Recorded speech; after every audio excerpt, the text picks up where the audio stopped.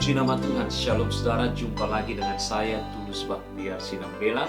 Hari ini kita memasuki pelajaran yang pertama dari kelas Salvation Class atau kelas keselamatan. Hari ini kita akan bicara tentang kehidupan manusia. Saya berdoa saudara supaya sesudah kita mempelajari pelajaran ini, kita memiliki kesadaran bahwa hidup kita ada bukan karena kebetulan, tetapi hidup kita ada karena Tuhan punya purpose yang luar biasa di dalam setiap kehidupan kita. Dan Tuhan rindu supaya setiap kita bisa mencapai purpose yang Tuhan sudah inginkan. So we can fulfill apa yang menjadi destiny atau yang Tuhan rancang di dalam setiap kehidupan kita. Alasan saya, saudara, kenapa saya membuat pelajaran ini di bab yang pertama, saya banyak melihat, saya banyak mendengar, bukan hanya orang-orang di luar gereja, saudara, tapi bahkan orang-orang di dalam gereja sendiri seringkali merasa bingung, seringkali merasa tidak tahu mengapa mereka ada di dunia ini, mengapa mereka ada, lahir, hidup, ada dalam keadaan sekarang ini. Mereka hidup, mereka bekerja, tapi tidak punya purpose, saudara. Tidak punya tujuan di dalam setiap kehidupan mereka. Itu sebabnya, saudara, saya rindu setiap daripada kita anak-anak Tuhan bisa memiliki keyakinan, bisa memiliki keteguhan dan percaya bahwa Tuhan punya rencana yang luar biasa di dalam setiap kehidupan kita. Kita ada bukan karena kebetulan, kita ada bukan karena sesuatu yang accidentally happen, tetapi Tuhan adakan kita, izinkan kita ada saat sekarang ini. Karena Tuhan punya purpose di dalam setiap kehidupan kita. Nah, itu yang menjadi tujuan utama dari pelajaran ini. Bagi Bapak Ibu Saudara sekalian yang masih bingung, tidak tahu kenapa kita ada di sini. Ini pelajaran berharga yang sangat bagus bagi setiap kehidupan kita. Pertanyaannya adalah, apa arti kehidupan? Apa sebenarnya arti kehidupan? Saudara, saya bagi dalam 4 hal saja. Ya, saya bagi dalam 4 hal saja. Yang pertama, ada yang bertanya, dari mana saya berasal? Ini sering disebut dengan ontologi. Ilmu yang mempelajari asal-usul manusia. Dan yang kedua, saudara, pertanyaan yang seringkali muncul, siapakah manusia dan siapakah saya? Kita sering dengar ini sebagai antropologi, berbicara tentang who you are. Ya, who you are. Kalau yang pertama tadi, ontologi, dari mana saya berasal. Yang kedua, antropologi, siapakah manusia, siapakah saya. Kemudian berbicara yang ketiga tentang teologi. Ya, kemana saya akan pergi. Berbicara tentang spiritual, tentang Allah. Karena saya percaya sebagai orang Kristen tentunya kita punya kepercayaan bahwa segala sesuatu berasal dari Allah dan akan kembali kepada Allah. Dan yang terakhir, saudara, pertanyaan terakhir yang sering kita dengar adalah, apa yang bernilai dan apa yang menjadi tanggung jawab kita sebagai manusia. Sering disebut sebagai axiology, ya, axiology. Jadi ontologi, antropologi, teologi, dan axiology. Ya, dari mana saya berasal, siapa saya, kemana saya akan pergi, dan apa yang menjadi tanggung jawab saya. Bukankah ini pertanyaan yang sering kita tanyakan, saudara, dalam diri kita atau mungkin kepada Tuhan? Ya, kalau ini kita pernah tanyakan, saudara, sekali lagi saya mau katakan, this is a good lesson. Ini pelajaran yang bagus bagi setiap kita sebagai anak-anak Tuhan. Ya, jawaban terhadap keempat pertanyaan ini, saudara, mendasari atau membentuk apa yang kita sebut sebagai kepercayaan. Ya, keempat pertanyaan tadi menjadi landasan dari manusia untuk memiliki yang namanya sistem kepercayaan. Ketika kita bicara teologi, kita bicara tentang orang-orang yang memiliki pandangan kepada Allah, saudara. Itu yang membangun dia memiliki kepercayaan. Nah, bagaimana dengan orang-orang yang tidak memiliki Allah? Pasti punya pandangan yang lain. Kita di sini bukan untuk menjudge mereka, tapi kita sekarang bagaimana memiliki pengenalan yang benar, saudara. Puji nama Tuhan. Nah, di dalam pelajaran ini ada 8 hal yang perlu kita pahami sebagai manusia, tak kala kita berbicara tentang siapa kita dan apa kehidupan kita, apa yang menjadi tanggung jawab kita sebagai manusia selama kita ada di muka bumi ini. Dan sebagai orang Kristen, sebagai anak-anak Tuhan, tanggung jawab apa yang perlu kita kerjakan, saudara. Saya berdoa supaya setiap kita boleh memberikan perhatian kepada 8 poin yang akan kita pelajari secara bersama-sama. Yang pertama, saudara, hidup memiliki titik awal yang jelas. Ini yang perlu kita pahami. Ya, Alkitab dimulai dengan pribadi Allah sebagai manusia pencipta segala sesuatu. Adam adalah manusia pertama ciptaan Allah. Ia adalah nenek moyang dari semua manusia dan bangsa di dunia ini. Nah, sudah perhatikan Kisah Rasul 17 ayat 26 dikatakan begini. Secara fisik kita, tubuh kita berasal dari tanah dan akan kembali kepada tanah. Secara spiritual, roh kita berasal dari Tuhan dan seharusnya kelak kembali kepada Tuhan. Nah, perhatikan, segala sesuatu selalu memiliki apa yang disebut sebagai titik awal, permulaan, the beginning, saudara. Nah, ini kita perlu pahami sebagai orang Kristen. Setiap daripada kita, ya, Alkitab dimulai dengan pribadi yang Allah. Manusia pertama dimulai dari Adam, saudara. Ia adalah nenek moyang dari semua manusia dan bangsa ini. Saudara, ini berbicara tentang, perhatikan, untuk segala sesuatu ada awalnya. Dan saudara, jika sesuatu yang sudah diawali pasti akan memiliki yang namanya akhir, saudara. Setiap daripada kita ketika kita lahir, ini menjadi titik awal dari setiap kehidupan kita. Ketika kita lahir baru, ini adalah satu titik di mana secara spiritual kita dilahirkan menjadi manusia yang baru. Selalu ada, saudara. Dan menjadi memiliki titik awal tidak identik senantiasa dengan usia kita yang sudah berapa tahun. Ada banyak orang berkata begini kepada saya, Pak, saya udah umur 50 tahun, masa saya harus lahir baru lagi? Saya sering katakan, saudara, lahir baru tidak sama dengan baru lahir. Baru lahir kita bicara physically. Tentunya anak baru lahir dari kandungan ibunya. Tetapi ketika kita bicara lahir baru, is a spiritual journey yang kita mulai tak kala kita menerima Tuhan sebagai Tuhan dan Juru Selamat. Kemudian Anda dibaptis. Saudara memulai kehidupan yang baru bersama dengan Tuhan. Kehidupan yang lama yang selama ini saudara geluti, yang ada mungkin jauh dari Tuhan, itu sudah berlalu, saudara. Paulus berkata, yang lama sudah berlalu, sesungguhnya yang baru sudah datang. Nah, saudara perlu pahami ini. Setiap daripada kita memiliki titik awal di dalam setiap kehidupan kita. Puji nama Tuhan. Yang kedua, saudara, hidup adalah suatu pemberian atau hadiah. Ya, mungkin saudara berkata, kok bisa menjadi pemberian atau hadiah? Manusia tidak dapat memperoleh hidup dengan kuasa dan kemauannya sendiri. Allah yang memberikan hidup. Alkitab menggambarkan kepada kita dengan sangat sederhana. Saudaraku, tidak peduli seberapa tinggi posisi kita, jawatan kita, saudara, pengaruh kita, tidak peduli sehebat apapun kita. Tak kala kita berbicara tentang kematian, tidak ada satupun yang luput daripadanya. Tidak ada satupun yang luput daripadanya. Kalau saudara perhatikan pemberitaan multimedia hari-hari ini, di handphone saudara atau di iPad saudara, di dalam setiap berita, saudara perhatikan khususnya apa yang terjadi hari-hari COVID-19. Ya, ada banyak orang-orang secara materi, secara keuangan mungkin sangat strong, saudara. Tetapi tidak bisa membeli apa yang disebut dengan kehidupan.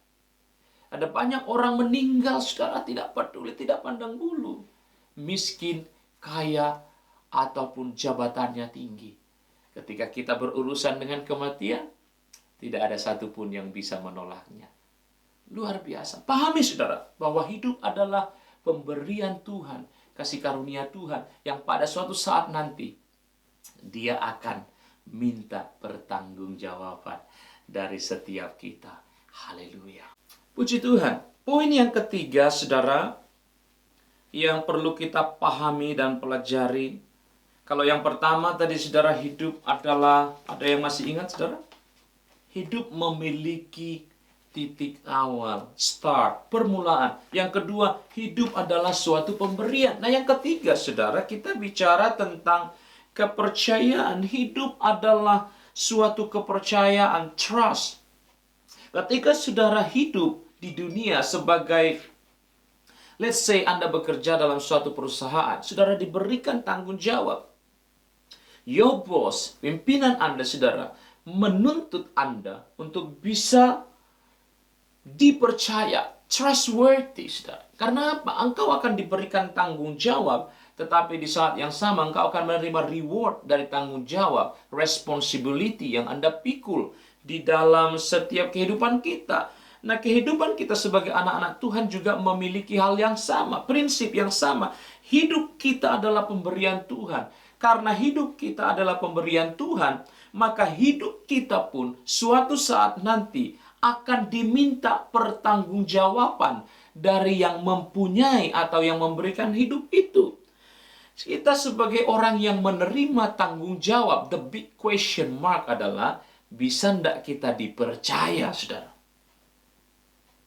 Bisa ndak hidup kita dipercaya? Pemberian wewenang membawa konsekuensi. Pada akhirnya kita harus memberikan pertanggungjawaban kepada Tuhan yang empunya dan memberikan hidup itu. Kalau saudara masih ingat di Alkitab, Tuhan Yesus seringkali memberikan perumpamaan tentang mina, tentang talenta, saudara, kepada orang-orang di sana. Ketika yang punya Tuhan itu, saudara, datang, dia meminta pertanggungjawaban. Benar, saudara? Ya, yang 5 memberikan 5 hasil, yang baru menjadi 10. Yang 2 memberikan 2 lagi menjadi 4. Tetapi yang 1, saudara, dia mengubur dan tidak memiliki tanggung jawab entrepreneurship, saudara, untuk mengembangkan itu. Dalam artinya Tuhan marah.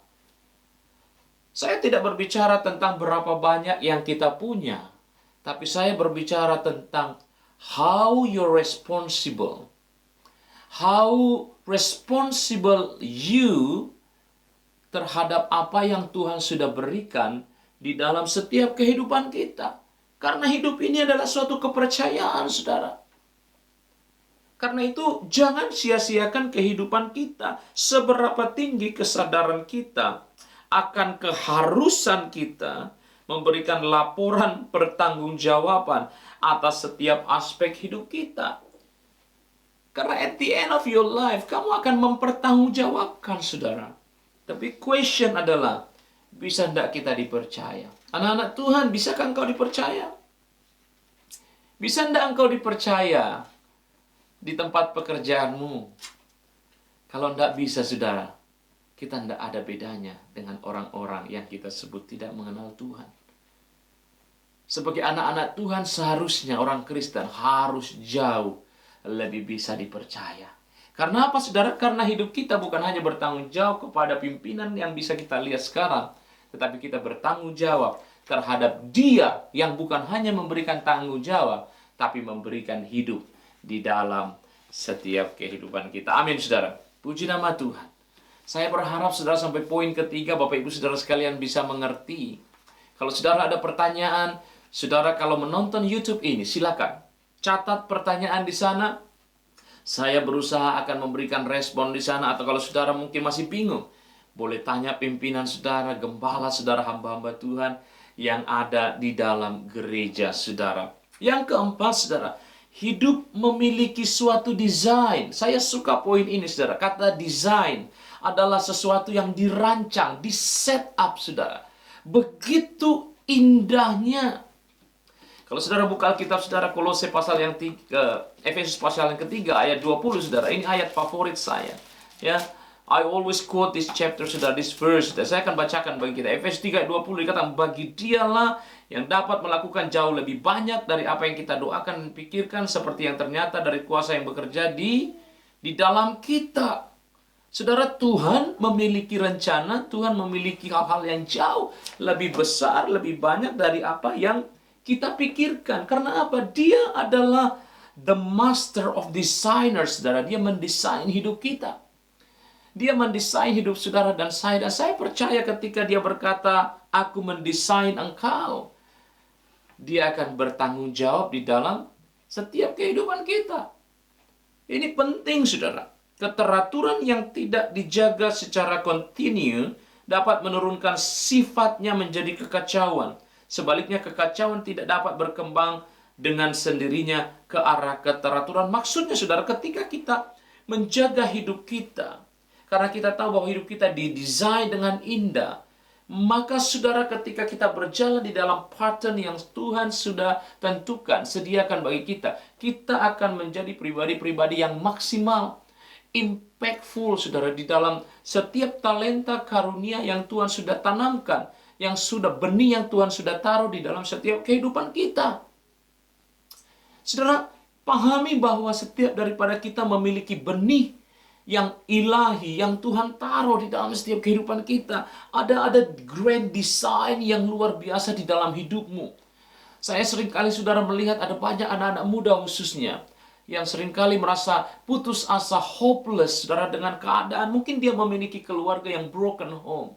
Mungkin dia di gerejanya sendiri pun saudara tidak merasa diterima. Komunitasnya tidak merasa diterima. Dia merasa tertolak. Saudara, saya mau katakan, Tuhan punya rencana yang luar biasa dalam hidupmu. Tuhan punya desain. Tuhan punya desain yang luar biasa dalam hidupmu. Jangan sia-siakan itu, saudara. Jangan sia-siakan itu. Apakah kita telah sungguh-sungguh mengupayakan desain asli kehidupan kita tetap sejalan dengan apa yang Tuhan inginkan, saudara? Oh, haleluya. Saya berdoa, saudara, sampai pada poin ini kita bisa memiliki pengertian yang benar bahwa Tuhan punya grand design yang amazing, saudara. Katakan kiri kananmu, amazing. Tuhan punya rencana yang amazing di dalam setiap kehidupan kita. Loh, Pak, kalau Tuhan punya rencana yang amazing, kenapa hidup saya seperti ini? Benar tidak, saudara? Saudara pernah bertanya begitu? Kalau Tuhan punya desain yang indah bagi hidup saya, kenapa saya seperti ini, Pak? Jawabannya mungkin bisa berbeda-beda, saudara. Mungkin, saudara. Yang pertama, mungkin Andanya sendiri tidak mau berjalan di dalam pattern-nya Tuhan. Ya, kalau saudara ingat seperti Yunus, Tuhan punya tugas tertentu, pattern tertentu, tapi dia lari ke tempat yang lain, direction yang berbeda. Apa yang terjadi? Dia harus mengalami konsekuensi. Mungkin itu yang sedang Anda alami. Tetapi kalaupun itu terjadi, mari kembali sadari dan kembali kepada Tuhan, saudara. Baik, mari kita lanjutkan poin yang kelima. Kalau yang keempat tadi, hidup memiliki suatu desain. Yang kelima, hidup memiliki tema, saudara. Saya suka, saudara, kata ini. Tuhan menciptakan setiap manusia dengan desain yang spesifik untuk peranan yang spesifik pula. Banyak orang tidak menyadari hal ini lalu gegabah atau tidak mengalami kepuasan dalam kehidupannya. Saudara, ada banyak firman Tuhan, ayat firman Tuhan di Pengkhotbah 11, Pengkhotbah pasal 12, Mazmur 90 ayat 10. Saudara bisa buka nanti referensi di sana. Sudahkah kita menemukan keunikan itu? Saudaraku, sadar atau tidak, sekalipun orang itu kembar identical twins, saudara percaya atau tidak, sidik jarinya pasti berbeda, saudara. Sekalipun persis sama, mirip, sidik jarinya pasti berbeda. Ini luar biasa, saudara. Artinya apa? Sekalipun terlihat sama persis, tapi Tuhan punya tema yang sangat spesifik for every one of us. Tuhan punya rencana yang spesifik untuk setiap kita, saudara, secara berbeda, secara khusus. Amin, saudara. Karena itu jangan pernah bandingkan dirimu dengan orang lain. Kenapa si A begini, kenapa si B begini. Memang ada banyak faktor, saudara. Tapi pahami dan camkan baik-baik bahwa Tuhan punya rencana yang unik. Katakan unik. Unik, khusus, khas di dalam setiap kehidupan kita. Tidak ada yang sama, saudara. Tidak ada yang sama. Setiap daripada kita berbeda, saudara. Karena ini adalah grand design-nya Tuhan. Amin, saudara. Amin. Puji nama Tuhan. Puji Tuhan. Kita lanjutkan, saudara, poin yang keenam. Hal yang keenam. Hidup memiliki jenjang, saudara.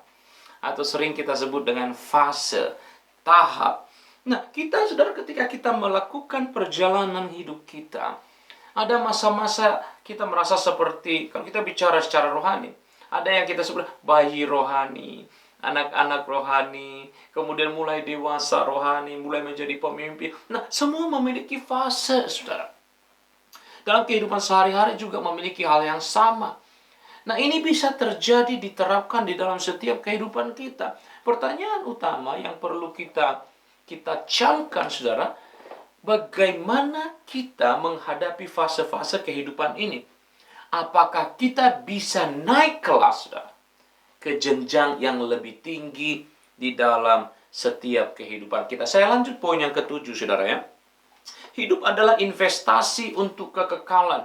Nah, saudara, apa yang kita persiapkan? Sekali lagi kita percaya bahwa hidup kita tidak akan selamanya di dunia. Kita tidak tahu, saudara, suatu saat nanti kita akan check out. Ya, tidak dibatasi oleh usia. Ada yang meninggal muda, bayi, remaja, dewasa, bahkan sampai tua, saudara. Tidak ada yang tahu. Tapi dengar baik-baik, hidup kita adalah sementara di dunia. Tapi ada satu kehidupan yang jauh lebih penting, yang kita kenal dengan kehidupan yang kekal. Nah, hidup kita yang ada di bumi adalah waktu untuk menginvestasi terhadap kehidupan kita di dalam kekekalan nanti. Karena itu, saudara, mari kita pergunakan hidup kita dengan baik. Apa yang sudah kita investasikan saat ini? Bagaimana prospeknya, saudara? Saudara kira-kira bisa melihat kalau saudara melakukan investasi bisnis, saudara tahu kira-kira prospek bisnisnya seperti apa. Hidup yang kita invest sekarang, kita sebagai manusia pun kira-kira bisa tahu hidup saya ini seperti apa, baik atau tidak. Amin, saudara. Invest your life untuk something yang useful, yang bisa Anda bawa di dalam kekekalan nanti. Amin. Puji Tuhan. Yang kedelapan, saudara. Hidup memiliki tujuan akhir. Yes. Percaya atau tidak, neraka ada, surga ada, itu tidak penting, saudara. Karena Anda percaya atau tidak, itu pasti ada. There is the beginning, dan pasti ada endingnya, saudara. There is start, and always there will be finish. Ada permulaan, dan pasti ada akhir. Karena itu saya katakan, saudara percaya atau tidak, itu pasti terjadi. Saya selalu katakan begini kepada jemaat Tuhan kalau saya melayani. Kalaupun Anda pada waktunya nanti, hari Tuhan tidak datang-datang. Tuhan tidak datang selama Anda hidup. Tapi satu hal yang pasti, Anda yang akan datang kepada Tuhan. Amin, saudara. Ini penting bagi kehidupan kita. Nah, puji nama Tuhan. Saudara, saya berharap tidak ada pertanyaan. Cukup jelas sampai di sana ya. Puji Tuhan. Nah, saudara, kuncinya apa? Itu yang paling penting, saudara. Ya, kuncinya apa? Sebagai orang Kristen, sebagai anak-anak Tuhan, apa yang harus kita pegang di dalam kehidupan kita supaya ketika kita menjalani journey ini, saudara, Anda tidak fail di tengah jalan. Ketika Anda menjalani perjalanan rohani ini, Anda tidak fail. Saya berikan ilustrasi seperti seorang pelari, saudara. Satu tim pelari estafet, lari bersambung. Mereka biasanya ada 4 orang. Saudara bayangkan, 100 meter kali 400 meter, 4 orang. Setiap orang memiliki 400 meter. Bayangkan, pelari pertama lari dengan cepat sekali, bahkan nomor 1. Pelari kedua sudah lari cepat sekali.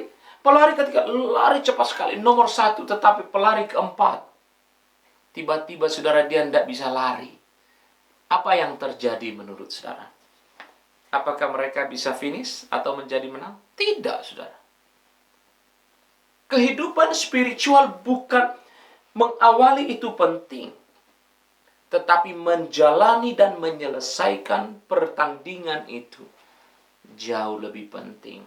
Hari ini kita mengawali sesuatu yang baik, saudara. Sebagai orang Kristen, kita belajar tentang manusia, tentang kehidupan kita, mengapa kita ada, tanggung jawab kita apa yang harus kita persiapkan, kita investasikan di dalam kekekalan. Nah, kalau saudara nanti lihat di layar di sebelah kanan saya, akan ada poin-poin yang akan membantu saudara di sana. Ini menjadi mempermudah kita untuk bisa mengerti apa yang Tuhan inginkan. Nah, saudara, sebagai penutup ada 3 hal yang perlu kita pegang. Yang pertama apa, saudara? Janji Tuhan. Tuhan berjanji, saudara, bahwa sekalipun kita menghadapi ketegaran, tantangan, saudara, Matius 11 ayat 28 berkata, Aku akan memberikan kelegaan kepadamu. Amin, saudara. Dalam journey kita menjalani kehidupan, engkau diperhadapkan dengan tantangan. Ingat Matius 11:28, Tuhan memberikan kelegaan. Ketika kita sedang berjuang melawan kehidupan, dosa mengikat kita, saudara, ingat Yohanes 8 ayat 31-32, hidup di dalam kemerdekaan. Amin, saudara. Ketika kita ada di dalam kekurangan, bergumul dengan ekonomi, terutama hari-hari ini, saudara, it's very hard. Ingat Yohanes 10 ayat 10. Tuhan berkata, engkau akan mengalami hidup yang berkelimpahan.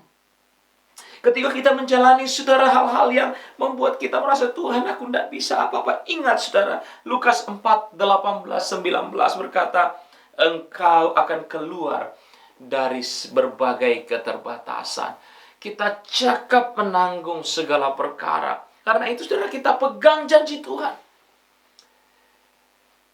Kita mendengar di luar sana ada banyak berita-berita yang sangat menakutkan, membuat kita khawatir tiap hari. Tetapi kalau setiap hari kita isi pikiran kita dengan janji Tuhan, dengan firman Tuhan, saya percaya firman Tuhan akan mengambil alih ketakutan kita dan memberikan kita kelegaan yang luar biasa. Yang kedua, saudara, pengharapan. Pengharapan ada karena ada janji Tuhan. Roma 8:23, kita dipanggil sebagai anak-anak Allah. 1 Yohanes 3 ayat 2, kita dipanggil menjadi sama dengan Dia. Bayangkan, saudara. Roma 8 ayat 17, kita menjadi pewaris kerajaan surga. Ada pengharapan. Walaupun tubuh jasmani kita, fisikal kita hari-hari mengalami tantangan, penderitaan, ingat, saudara, ada pengharapan bersama dengan Tuhan. Amin, saudara. Hari-hari ini, saudara, walaupun berat, tidak gampang, saudara, tetapi tetap percaya bahwa ada janji Tuhan, ada pengharapan di dalam Tuhan. Yang terakhir, saudara, ada masa depan yang kekal bersama dengan Tuhan. Matius 25 ayat 20-23. Setiap daripada kita akan menerima upah dari apa yang sudah kita investasikan di dunia ini.